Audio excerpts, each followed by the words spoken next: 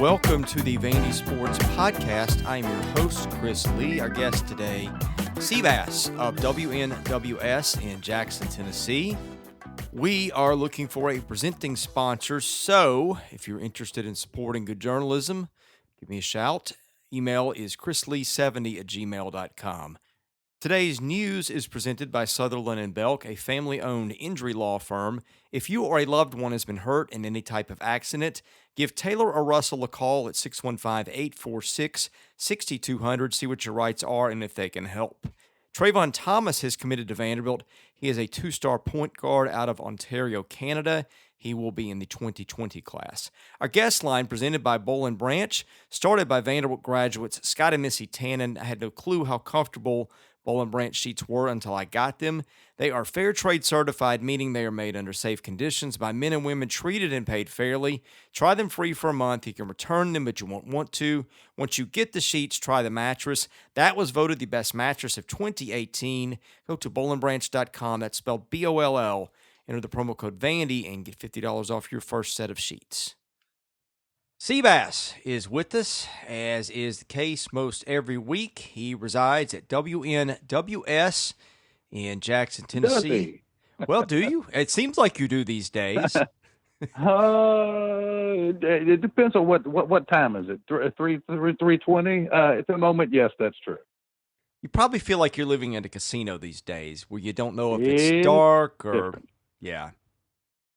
It's interesting. Yes, our friend Seabass has been on the end of a radio merger, a surprise radio merger or buyout or however you want to put it, and is working pretty crazy hours these days, right? Yeah, it is strange to say the least. It is not what we were expecting to do. We were in the litigation with somebody else going in, expecting to win, and we get a call saying instead we've sold to them. So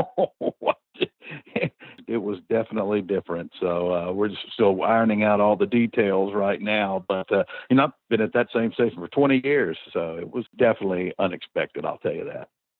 Yeah, that sounds like my whole year. But what a time! It's a beautiful time to be alive, my friend. Someone tweeted today that I think the Lincoln Tunnel has sprung a leak. I saw that. I saw that. Yeah, man, no more of these. There's not going to be any more. I'm not going to do any more of these. Yeah, but this year's going to be better, I can't wait to see what 2020 holds. Really? I'm not even going to tempt fate like that. We'll just take it as it comes. It's been a bear for everybody out there, no question. Before we get to Vandy, do you think there's going to be football this fall? I think so. I think so, but I mean, who can speak in certainties whenever it comes to that subject? Is what I want to know. I don't know how it's possible to do that at this point. I'm exhausted by it all. I need to find, and this is probably I need to find a place where I can just get the news on the stuff, know it's accurate, and it's not politically spun either way. That's what I would like, please.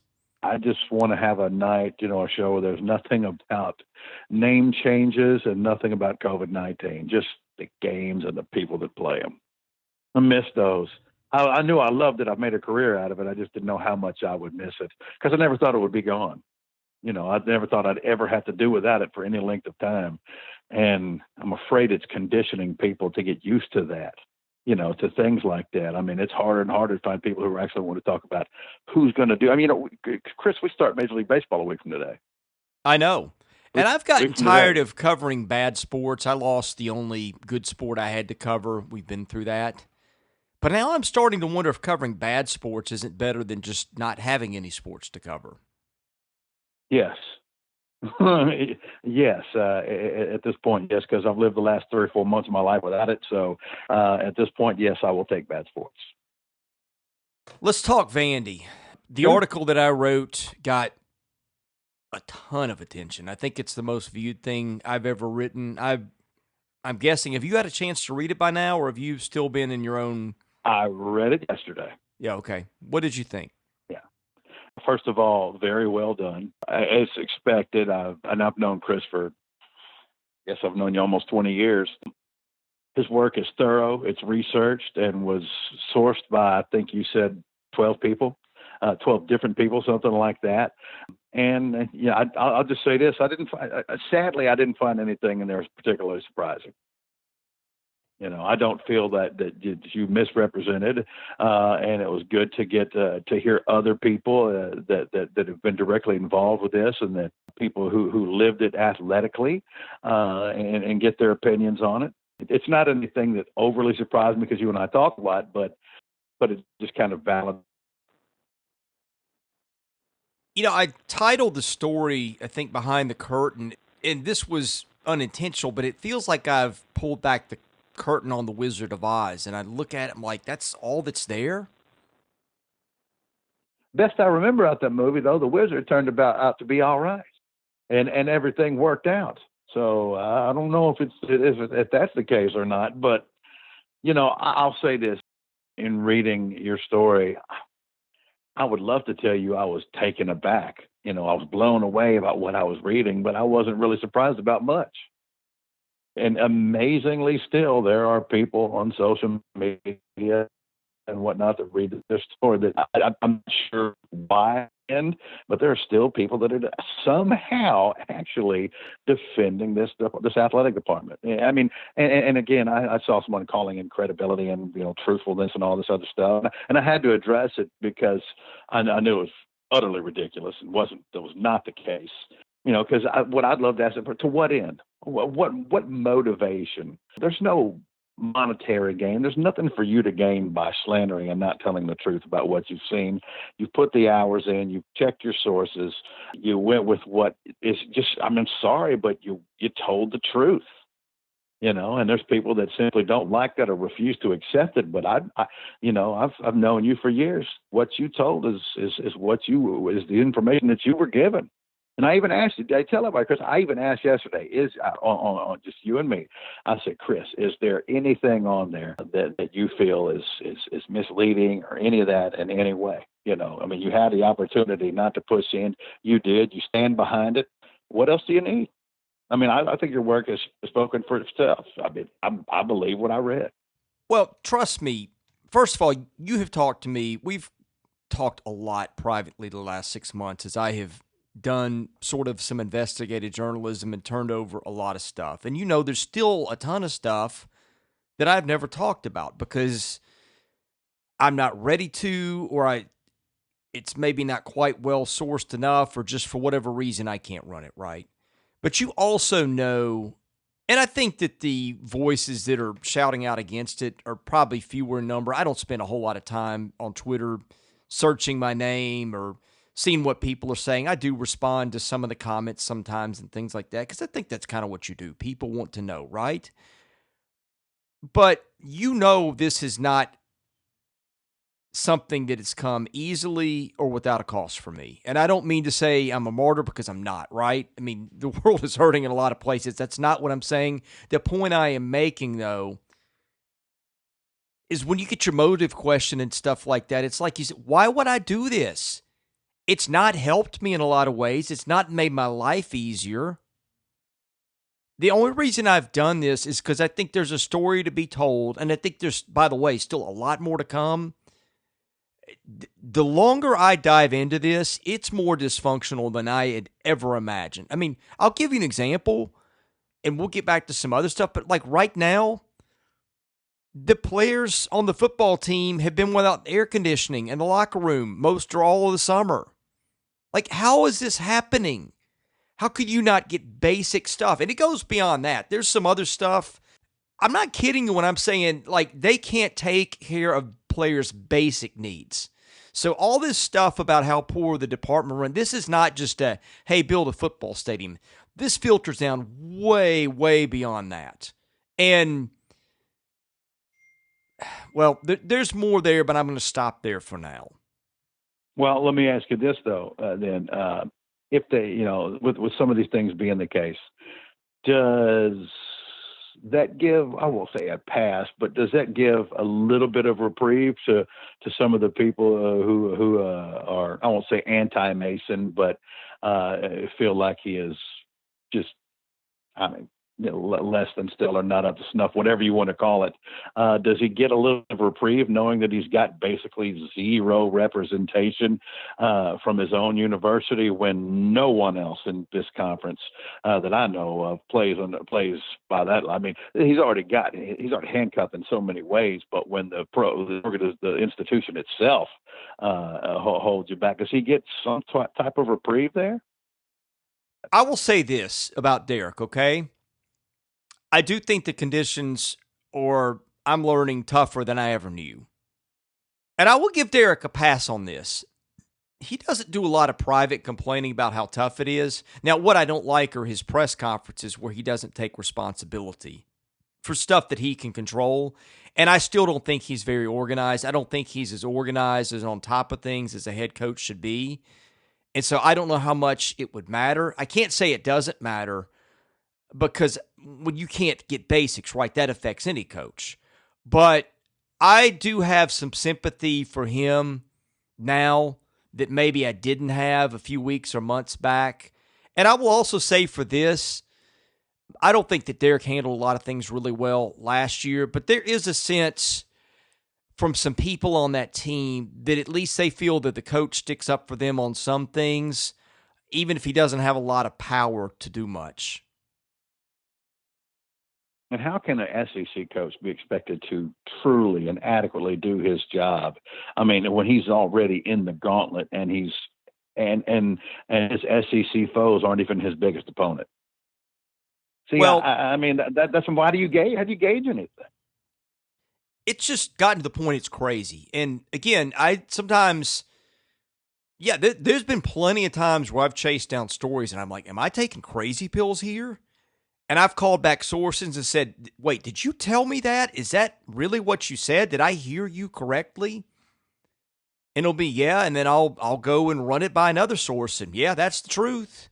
Now it's turning almost into a Maslow's hierarchy of needs, if you're familiar with that. Like, they don't even get basic needs met. I am quite aware. They don't even get basic needs met sometime. I mean, it is crazy, the lack of leadership that comes from that school and the lack of concern for its players. It goes way beyond facilities, and people ought to be pissed off. Yeah, man. Yeah, I took intro to psychology. I remember Maslow's hierarchy of needs. I just never thought that would find its way onto an SEC school spot podcast. That's fantastic. A great job. Well, I mean, they're the gift that keeps on giving. It's a bottomless pit of stuff. Yeah, that's but the only reason that I said anything on social media, I'll step up when I see something like that. Somebody's questioned the credibility of a friend that I know, and as you've mentioned, though you won't come out and say it, Chris, you've directly lost as a result of this. You're a loser in this situation. Bottom line, and especially having a few people that know you and know you well call that into question and accuse you of this when they know better. And they still do it anyway. I got no respect for that. I feel like the school just tells on itself at every turn, right? Because if I'm wrong about stuff, it would not be hard to prove me wrong, right? All you would have to say is, oh, hey, here's our plans. Here's what we're going to do.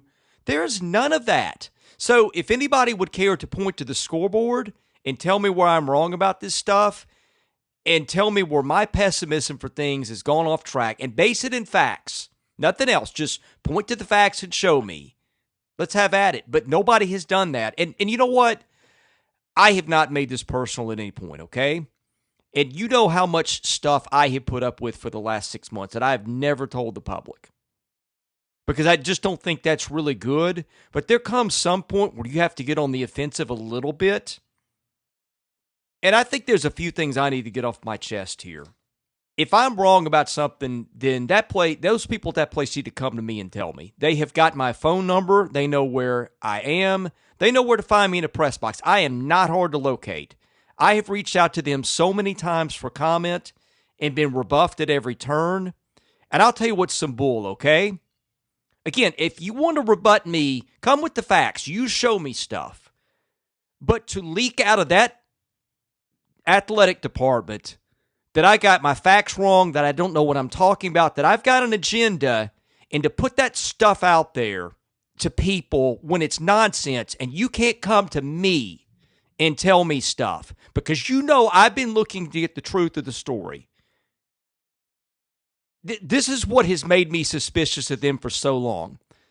They cannot debate you on the facts and the evidence. So what they do is they leak out little things and get their little moles to do their work, and they start poisoning the well against you and your credibility. And you know what? I've been putting up with that stuff for months, and I've kept my mouth shut. But when it affects your livelihood and your credibility, I'm sorry, it's time to go on the offensive a little bit.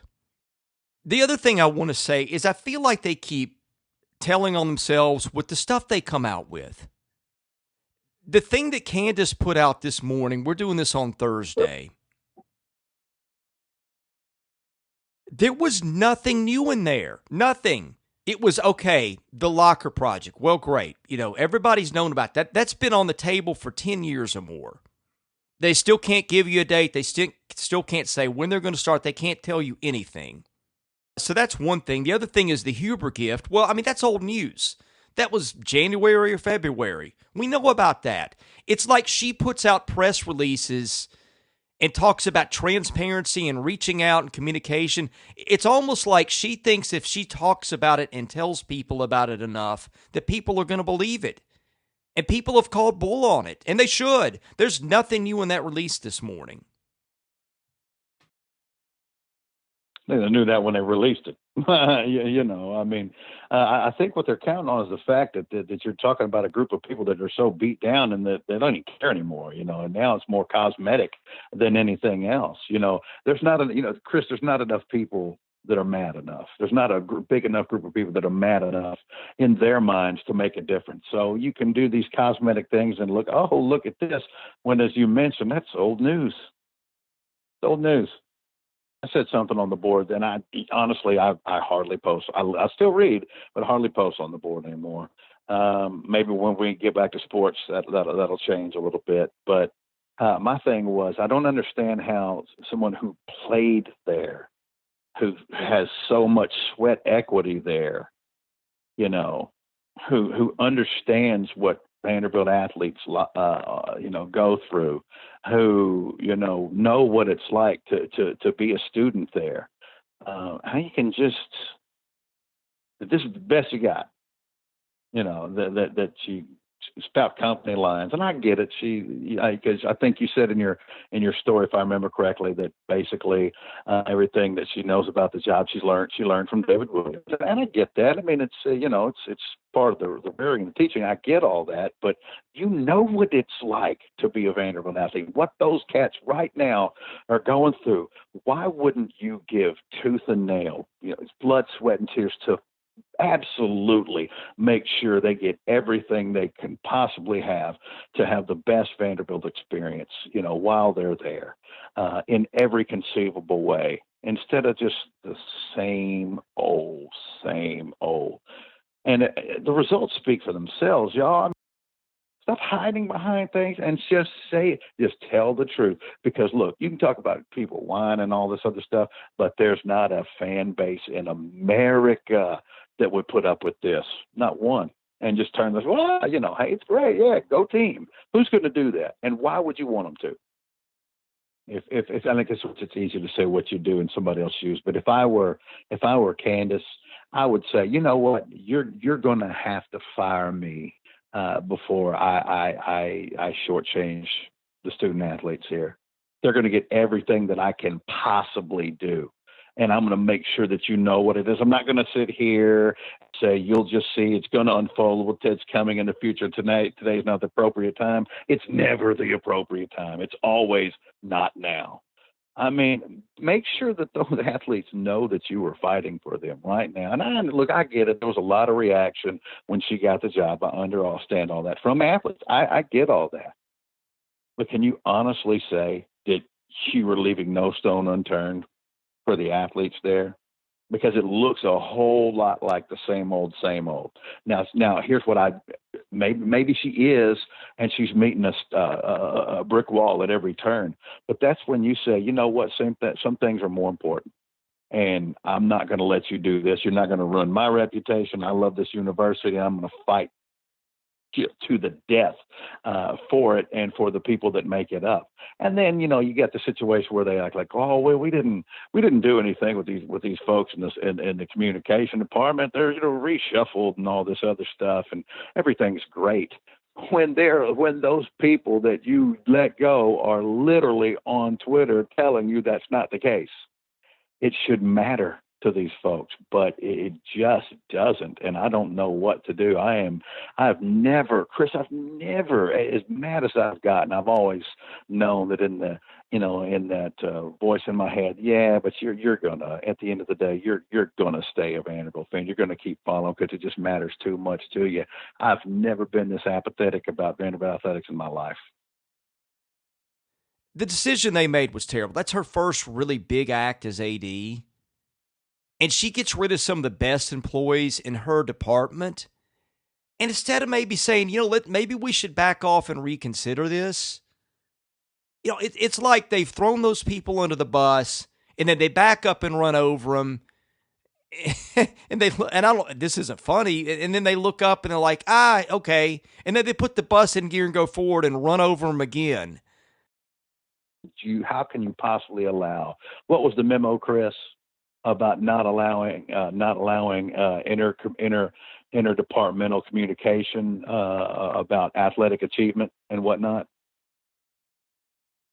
Department did the other. Oh, yeah, that one. That was in internal communications. At one point, the directive had been issued. Just don't even mention sports in that. In other words, let's just pretend like these guys don't exist.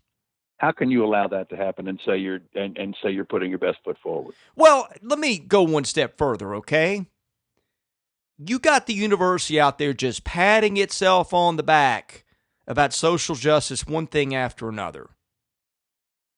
You got a whole lot of minority athletes on your campus. Tell me how you reconcile those things.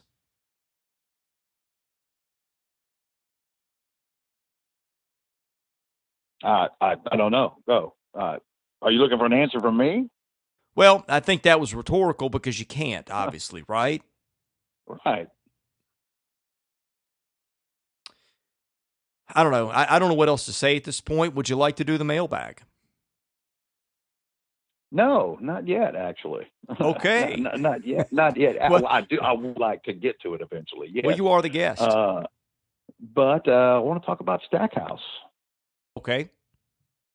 Starting to get some juice on the recruiting front. I mean, been linked to a couple of really good players, and with smoke, coming from VU, looking like they have an opportunity here to pick up a really couple of really good players.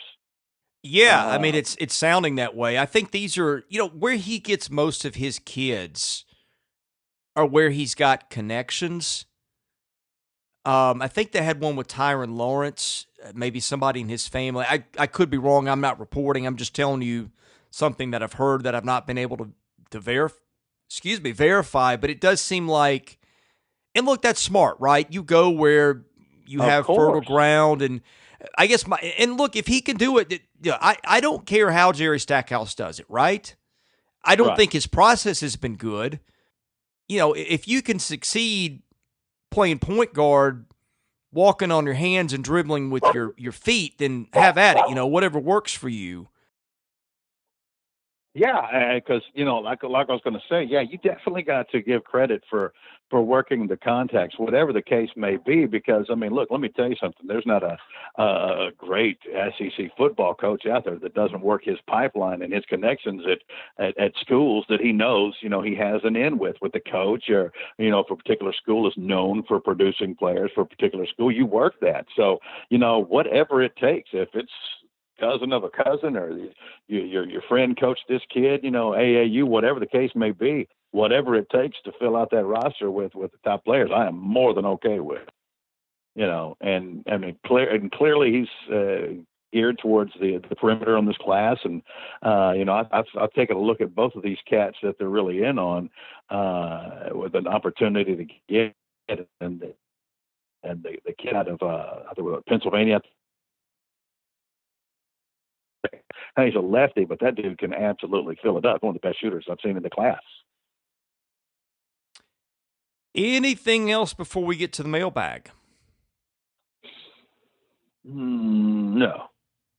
Well, let's do the mailbag then. It is Sure, sponsored sure. by Vanderbilt fan Josh Minton, an independent insurance agent operating out of Brentwood who can take care of all your insurance needs. Call him today, 615-933-1979. Email him at josh@hqinsurance.com. Follow him on Twitter at JoshUMintonHQ or at facebook.com/JDMintonHQ. He's my insurance agent. Give him a try. Tell him you heard about it here. VU in Georgia says, how do you maintain faith in Vanderbilt football at this point of time?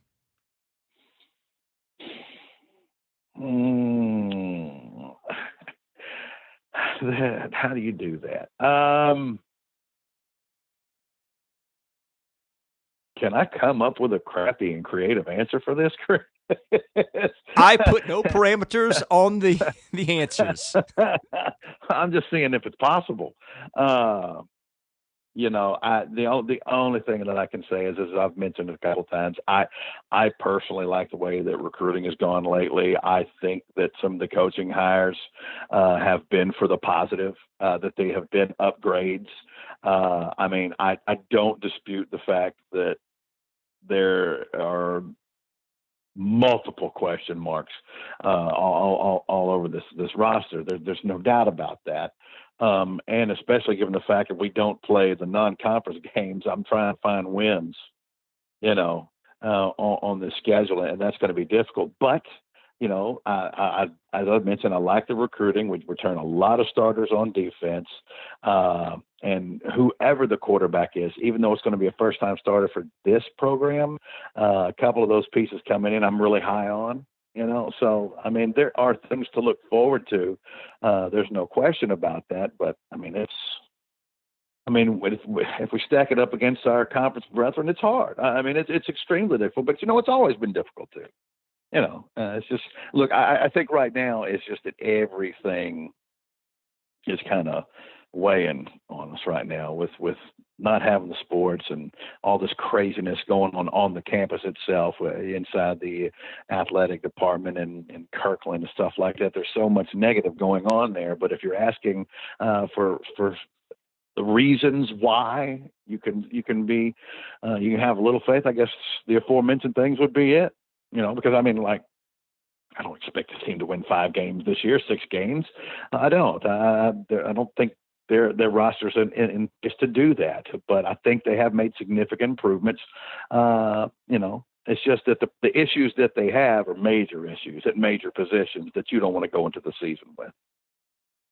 Mr. Vandy says, do you think any of the pro sports teams will finish the seasons after they get started? Any of the who?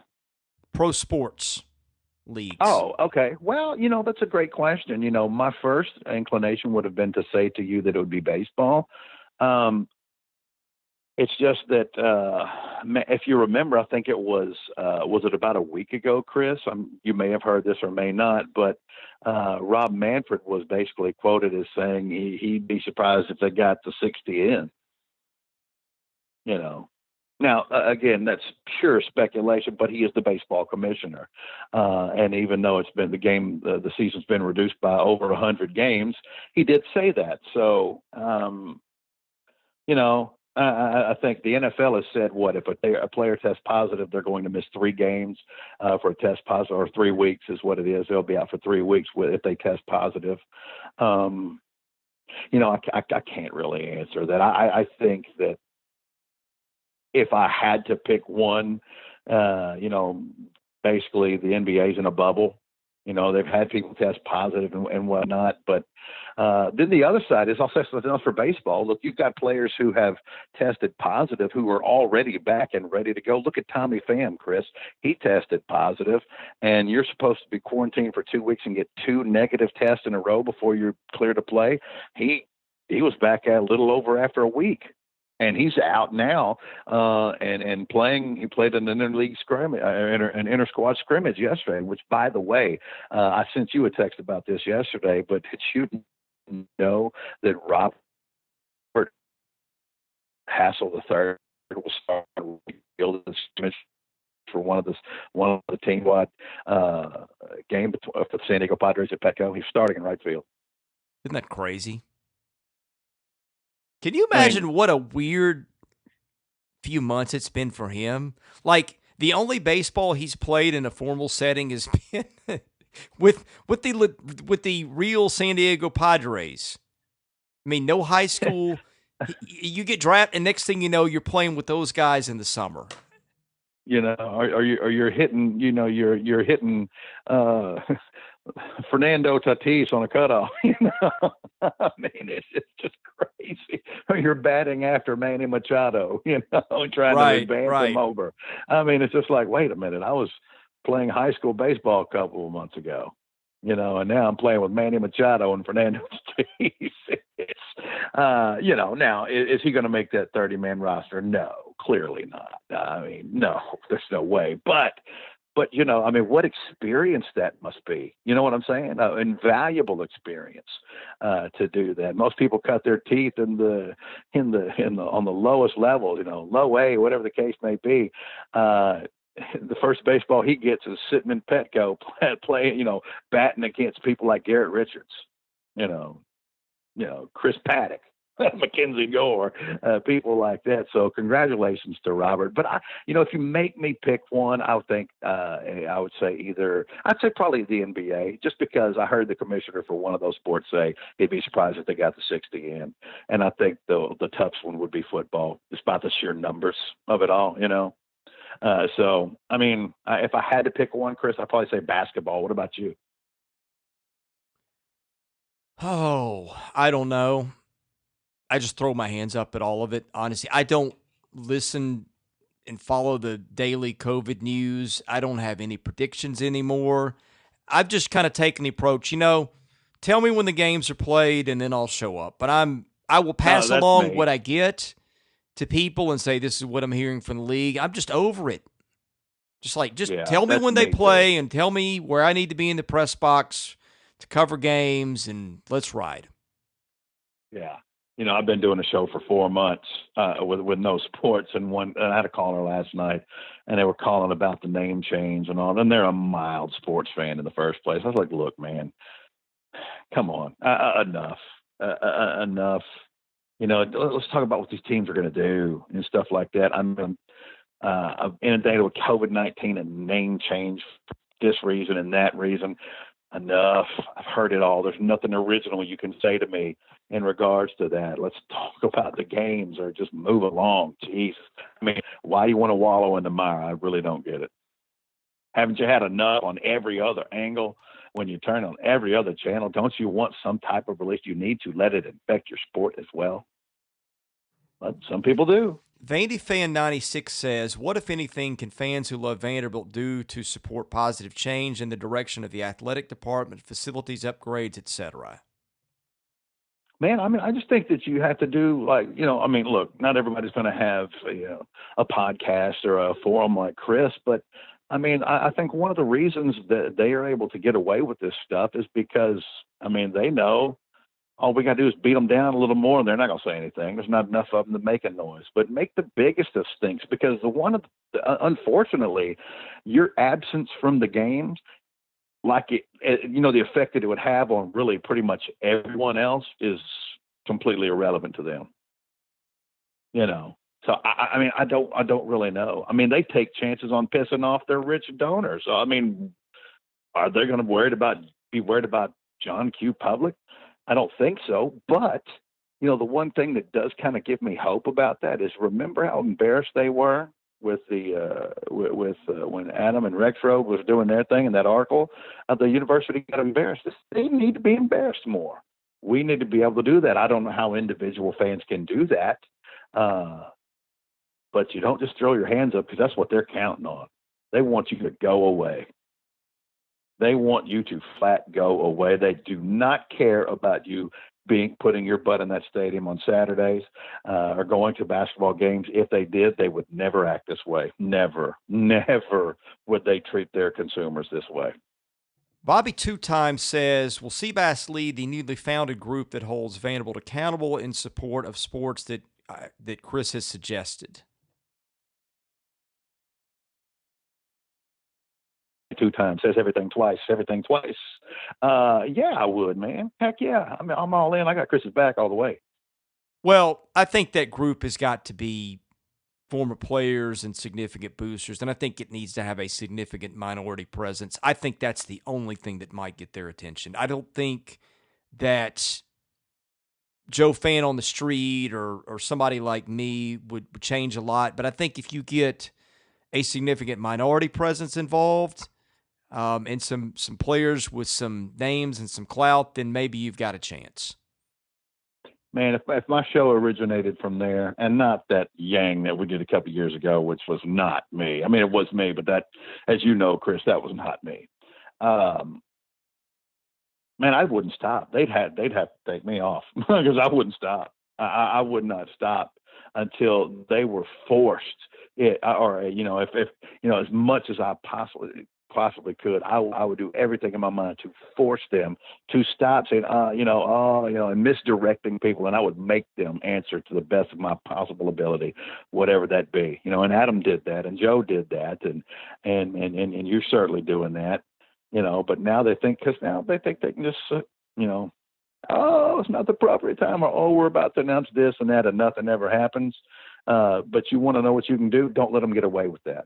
Demand it. But unfortunately, your absence from games is not a way to do it because they've clearly shown they don't care if you come to the game or not. So I don't know. I mean, usually you can speak with your dollar, right? That's how it normally works. In this case, they don't care about that. So I don't know. I think the one thing they don't like is being publicly shunned or humiliated. They don't like that. I don't know how much shame they have. I really don't. I thought that Sparks Rexroad article was going to change everything, and for a while it did. But man, they just went back to business as usual. And I said this on the radio this morning. I think that Turner did some things wrong, and I think they were looking to fire him. I don't think it was the things that he did wrong that got him fired as much as it was the things he did right. Yeah, yeah, I think that's probably right. And I thought so too. By the way, I thought that was going to be the. I thought it was the catalyst, and I was going to be the agent of change. And like you said, it looked like it was headed that way. But I mean, I think they just counted on, just all right. We'll ride this initial storm out, and they'll forget. They'll go on to something else. There's not enough of them anyway. And I think they count on that stuff. But I mean, look, we bag on particular individuals, and I mean, they certainly have their culpability there. But there's people that you hadn't even mentioned in this show today that good and well they're behind this, and they get to skate scot free to determine what what affects the rest of us. They get to, and that sucks. One thing that I hope people walked away with in that article, I don't know that it's, I mean, yes, it's a who problem, right? Somebody's behind stuff. And I think that I would point the finger at a couple of people in Kirkland Hall in particular. And I would say mostly Susan Wente. I think I'm not going to say she's public enemy number one, but she would be high on the list in terms of people that have really hurt athletics in the opinions of many that I've talked to. So this isn't just me talking out loud and giving you something unfounded. But I think that one thing that was in the piece I wrote that was interesting is it's really more the prevailing climate on campus, and that's something that's existed probably before Susan Wente was even born. It's this thing that sports are just kids' games, and they don't matter that much, and therefore we shouldn't treat them too seriously. It's the culture that they've got to get beyond. And again, you read the press release that came out this morning.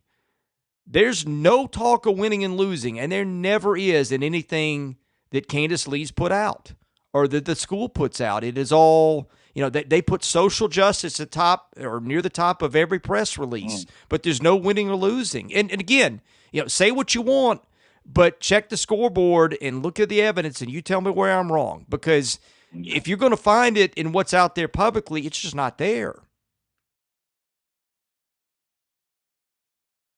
Yeah, and I think that those people have to answer some of those questions.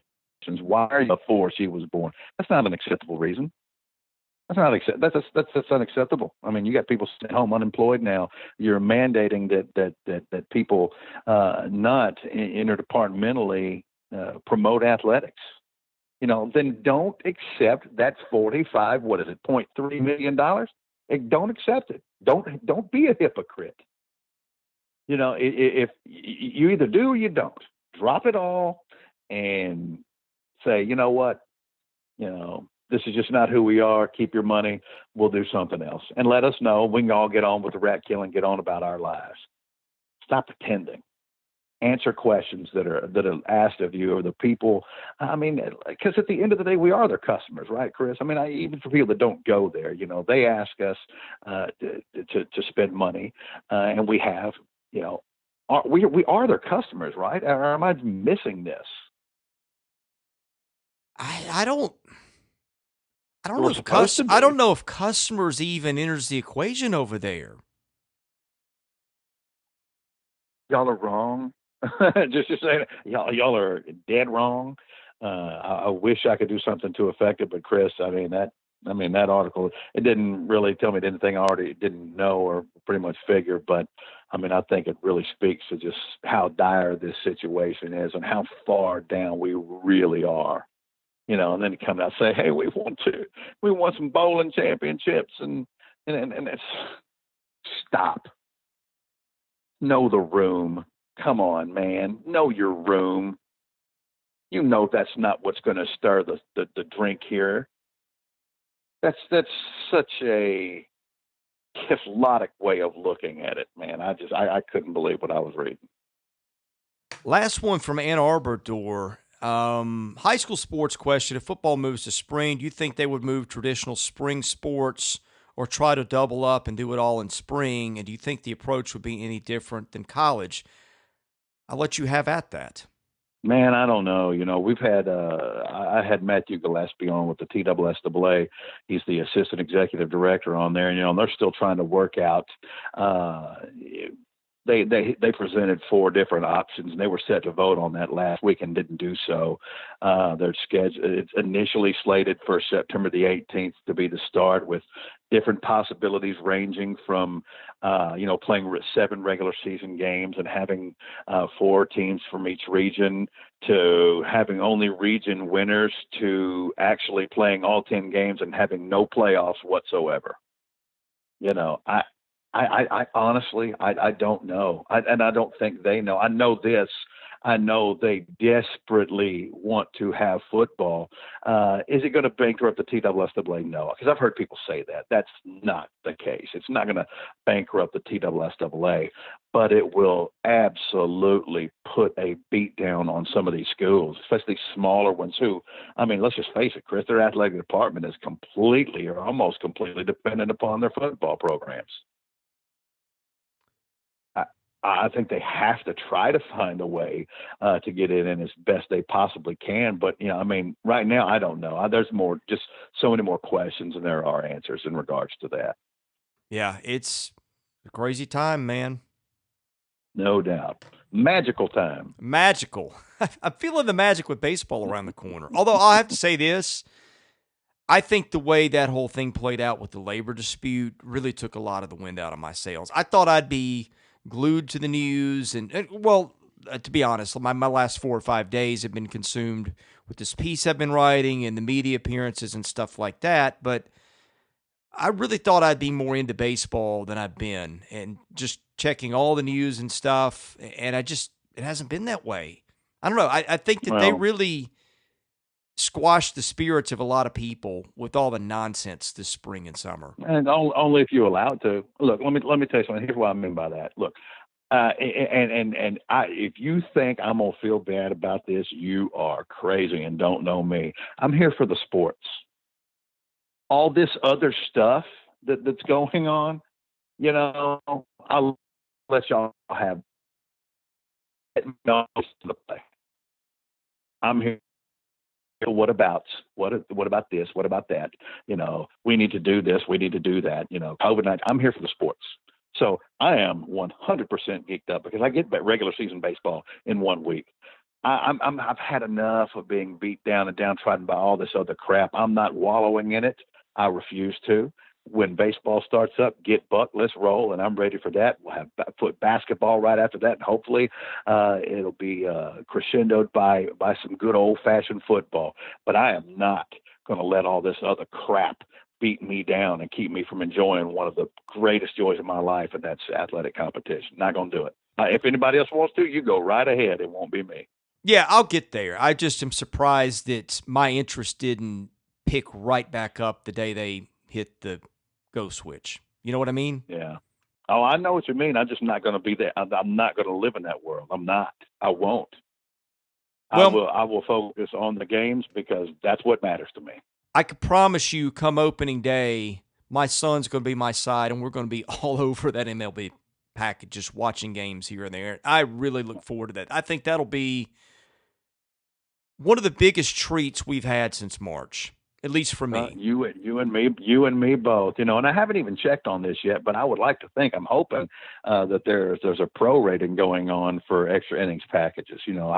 Surely they're not going to charge you $170 something for 60 games, and you're losing 100 and something games. I can't imagine it'd be the same price, but I haven't checked on it yet. I mean, I'll certainly do it when it's time next week, but I haven't checked to see if they're pro rating this or not. Well, they better be, or they're going to hear from me. Well, but see, you're in a situation, though. I mean, and I know you like that, but you're in an enviable situation in the sense that, I mean, you're a Braves fan. You can watch every game. Without the extra innings package, I can't watch anything for my team. I have to have it, to be able to watch them. And look, if I have to pay $179 to get my games, then so be it. It's still only going to shake out to $3 a game, and I can live with that. But I would hope that I wouldn't have to. But that's the only way. The only way I'm going to be able to watch my team without that package is if they're playing your team or the Redbirds. Because believe it or not, on demand, because this Jackson, Tennessee, did you know it is not considered a Braves or a Cardinals market, but a Red market? And then when the Reds play when my team plays the Reds or whoever it is on demand, those games are blacked out here. Well, I'm a baseball fan in general, so yes, that's true with the Braves, but I just like to watch, especially National League stuff. Yeah, I do too. Look, if my boys are playing, that's who I'm watching every time. Every time. Make no mistake. And it works out beautifully for me because I get off the air at 8 o'clock, I'll come home, put my feet up, feed my puppy dogs, rub my belly a little bit, and 9:05 is first pitch. My friend, I'm going to let you go. I'm going to take my kids to the pool for a night of swimming and pizza, which will be fun. And before we do that, I want to give you a chance to promote your shows, your Twitter handle, anything like that. Well, right now, let me just promote my Twitter handle. I'm still doing a show, but I'll continue to do that, but I can't tell you what the numbers are going to be, which exactly for who. That's a day-to-day thing. So one thing I will tell you right now is you can find me at Cheap Seats Bass. That does not change on Twitter.